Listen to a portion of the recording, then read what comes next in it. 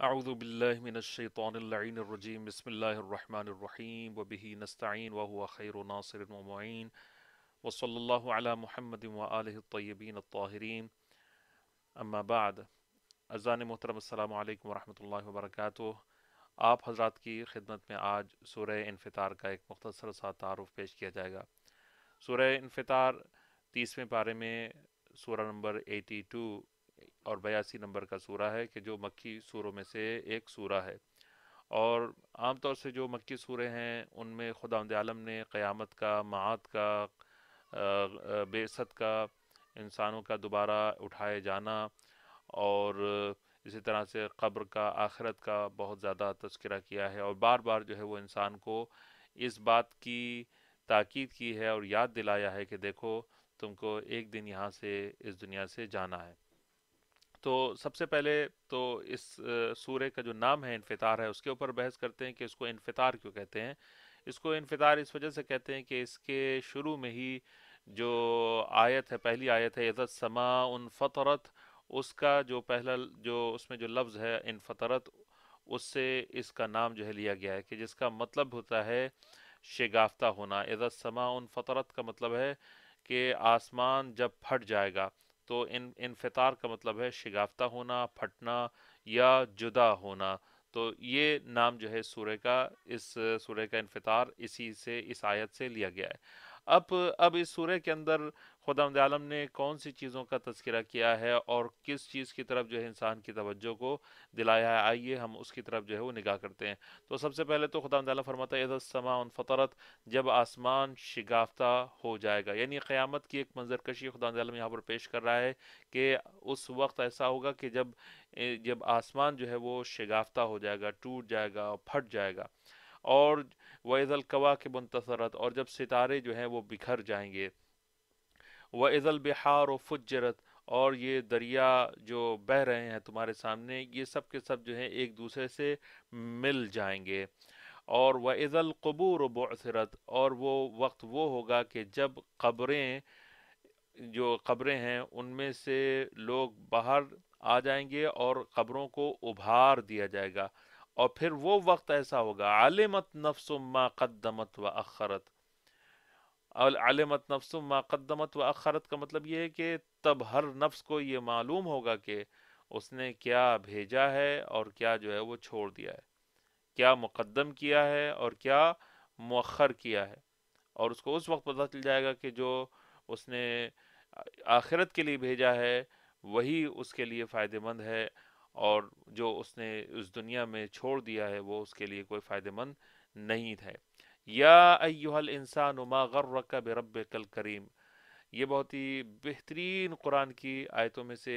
ایک آیت ہے کہ جس میں خدا تعالیٰ اپنی محبت کا اظہار کر رہا ہے کہ دیکھو اے انسان، میں نے تم کو، تمہارے لیے کیا نہیں کیا، تم کو کون کون سی نعمتیں نہیں دی ہیں، لیکن کیوں، کس چیز کی وجہ سے تم خدا کے بارے میں، اپنے رب کے بارے میں دھوکا کھا گئے.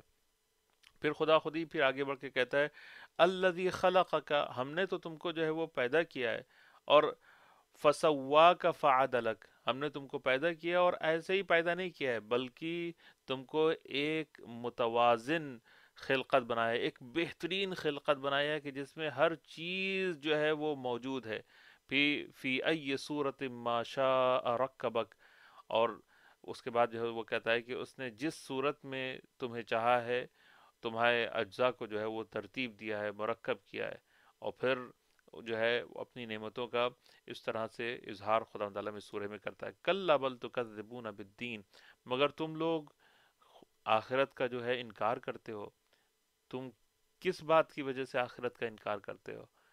کیونکہ یہ دنیا کی جو زندگی ہے یہی آخرت کے زندگی کے اوپر ایک دلیل ہے کہ جب یہ زندگی ممکن ہے تو پھر اس کے علاوہ دوسری بھی زندگی یقیناً ممکن ہے. نہ اس زندگی میں تم نے اپنے آپ کو بنایا ہے کہ تم جو ہے وہ کہو کہ یہ کیسے ممکن ہے کہ پیدا ہو سکتا ہے کوئی انسان یا کوئی نئی چیز پیدا ہو سکتی ہے، جب تم خود ہی پیدا ہوئے ہو، نئے اس دنیا میں آئے ہو، اور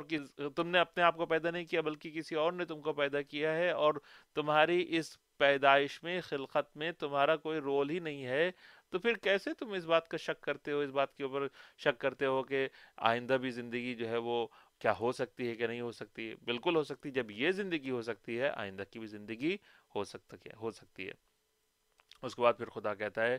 کہ وَإِنَّ عَلَيْكُمْ لَحَافِظِينَ، اور یقیناً تمہارے سروں پر نگہبانوں کو جو ہیں وہ مقرر کیا گیا۔ نگہبان یعنی گارڈز جو ہے وہ رکھے گئے ہیں کہ جو تمہارے ہر ہر عمل کو دیکھ رہے ہیں، ہر ہر عمل کو لکھ رہے ہیں۔ اور اس کے بعد وہ خدا کہتا ہے کہ کرامن کاتبین، وہ لوگ ہیں کہ جو خداوند عالم کی طرف سے باعزت ہیں، یہ عزت والے لکھنے والے ہیں۔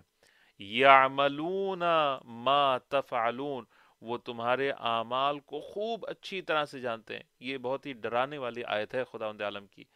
کہ وہ خدا کہتا ہے وَإِنَّ عَلَيْكُمْ لَحَافِظِينَ، ہم نے تمہارے اوپر گارڈز کو رکھا ہوا ہے، دو فرشتے ہیں یا اور فرشتے ہیں کہ جو تمہارے ہر ہر عمل کو لکھ رہے ہیں، اور یہ خدا کے نزدیک بہت ہی بلند مرتبے والے ہیں۔ یعلمون ما تفعلون، اور یہ جانتے ہیں کہ تم کیا کیا کر رہے ہو۔ اس کے بعد پھر کہہ رہے ہیں خداوند عالم، شوق جو ہے وہ دلا رہا ہے کہ دیکھو یہ ہم تمہارے ہر عمل کو جانتے ہیں، تو پھر اب یہ یاد رکھو کہ ان الابرار لفی نعیم، بے شک نیک لوگ نعمتوں میں ہوں گے، وَإِنَّ الْفُجَّارَ لَفِي جَحِيمٍ، یعنی جو فجار ہیں، فجار کا مطلب گناہ گار ہیں، بد کردار لوگ ہیں، لفی جہیم، وہ جہیم میں ہوں گے یعنی جہنم میں ہوں گے، یصلونہا یوم الدین، اور وہ اس سے بچ نہیں سکیں گے۔ یعنی جہنم سے یہاں پر ہو سکتا ہے کہ انسان دھوکہ دے دے دوسرے کو اور جیل سے بھاگ جائے یا قید سے بھاگ جائے، وہاں پر کوئی بھاگنے والی بات نہیں ہے، وہاں پر جو چلا گیا وہ چلا گیا۔ یصلونہا یوم الدین، اور یہ وہ اس دن ہوگا کہ جو روز قیامت کا دن ہے، وہ روز جزا اور سزا اسی میں ہی جھونک دیے جائیں گے۔ وما ہم عنہا بغائبین، اور وہ اس سے بچ کر نہیں جا سکیں گے۔ وما ادراک ما یوم الدین، اور تم کیا جانو کہ یوم الدین کیا ہے، یعنی وہ دن جو ہے اس کے خطرے کو کوئی نہیں سمجھ سکتا ہے۔ ثم ما ادراک ما یوم الدین، اور پھر اس کے بعد پھر خدا عالم دوبارہ اس کے اوپر جو ہے تاکیدن جو ہے وہ عرض کر رہا ہے، کہہ رہا ہے کہ دیکھو تم نہیں سمجھ رہے ہو کہ یہ جو قیامت کا دن ہے، روز جزا کا دن ہے، وہ کون سا دن ہے؟ اس لیے کہ یوم لا تملک نفس لنفس شیئا والامر یومئذ للہ، اس دن کوئی کسی کے بارے میں کوئی اختیار نہیں رکھتا ہوگا، اور سارا کا سارا اختیار اللہ سبحانہ و تعالی کے ہی ہاتھوں میں ہوگا۔ اس دن کسی کے ہاتھ میں کوئی اختیار نہیں ہوگا۔ یہاں پر ہو سکتا ہے کہ انسان پارٹی بازی کر لے، یہاں پر ہو سکتا ہے کہ کسی کی ریکمنڈیشن سے کچھ کام جو ہے وہ کروا لے اور کچھ پیسے دے دے، کچھ رشوت دے دے، کسی کو ڈرا دے، کسی کو دھمکا دے، لیکن وہاں پر خداوند عالم کے سامنے کوئی کچھ بھی نہیں کر پائے گا اور کسی کی نہیں چلے گی۔ تو یہ اس سورہ کے مضامین تھے کہ جو میں نے آپ کے سامنے پیش کیے۔ اب مختصر جو ہے وہ آخر میں آپ کے سامنے اس سورہ کے جو فضائل ہیں، فضیلتیں ہیں، ان کو جو ہے عرض کر دوں کہ جو اس سورہ کو پڑھے تو اس کو کون کون سے ثواب جو ہیں وہ حاصل ہوں گے۔ تو تفسیر مجموع البیان میں پیغمبر اکرم صلی اللہ علیہ وآلہ وسلم سے یہ منقول ہے کہ جو شخص سورہ انفطار کی تلاوت کرے گا، خداوند عالم اسے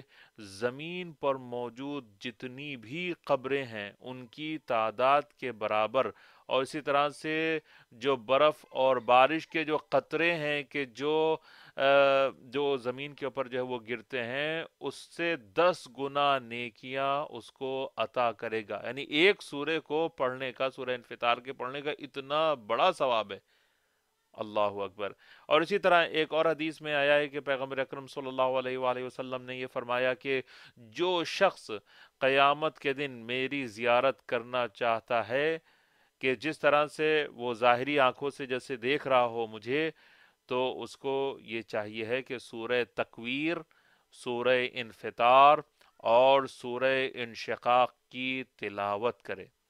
اسی طرح سے شیخ صدوق رحمۃ اللہ علیہ امام جعفر صادق علیہ السلام سے ایک حدیث میں یہ نقل فرماتے ہیں، وہ کہتے ہیں کہ جو شخص سورہ انفطار اور سورہ انشقاق کو اپنی واجب یا مستحب نمازوں میں پڑھے تو خداوند عالم اس کی حاجتوں کو پورا کرے گا، اور اس کے اور خدا کے درمیان کوئی پردہ حائل نہیں ہوگا، اور خدا ہمیشہ رحمت کی نگاہ سے اسے دیکھے گا یہاں تک کہ وہ حساب اور کتاب سے فارغ ہو جائے۔ اسی طرح سے اور بھی جو شیعہ حدیثی جو منابع ہیں، یعنی مصادر وغیرہ ریفرنسز ہیں، بکس ہیں پرانی، ان میں اس سورہ کی اور بھی بہت سی فضیلتیں لکھی ہوئی ہیں کہ اس سورہ کی جو تلاوت کرے، مثال کے طور پر جو ہے اس کو زندان سے یعنی قید سے اور پریزن سے جو ہے وہ رہائی نصیب ہوگی، اور وہ قیامت کی رسوائی سے جو ہے محفوظ رہے گا، اور اسی طرح سے آنکھوں کی بینائی میں اضافے کے لیے بھی یہ سورج جو ہے وہ فائدہ مند ہے، اور آنکھوں کی بیماریوں سے تمام جو بیماریاں ہیں آنکھوں کی، اس سے بھی اس کو انشاءاللہ نجات حاصل ہوگی۔ تو یہ جو ہے ایک چھوٹا سا مختصر سا سورہ انفطار کا خاکہ تھا، آپ کے سامنے میں نے پیش کیا۔ انشاءاللہ خداوند عالم ہماری توفیقات میں اضافہ فرمائے، اور اس رمضان المبارک میں ہم کو نیک اعمال زیادہ سے زیادہ کرنے کا جذبہ اور شوق بھی عطا فرمائے۔ والسلام علیکم ورحمۃ اللہ وبرکاتہ۔